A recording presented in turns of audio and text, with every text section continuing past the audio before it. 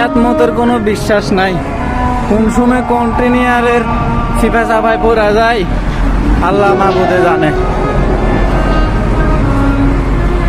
আসলে হায়াত মত তো আল্লাহর কাছে।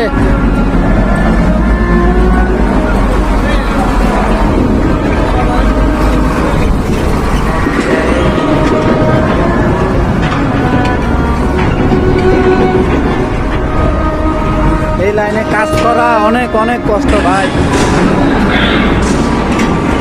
অনেক কষ্ট এই লাইনে কাজ করা।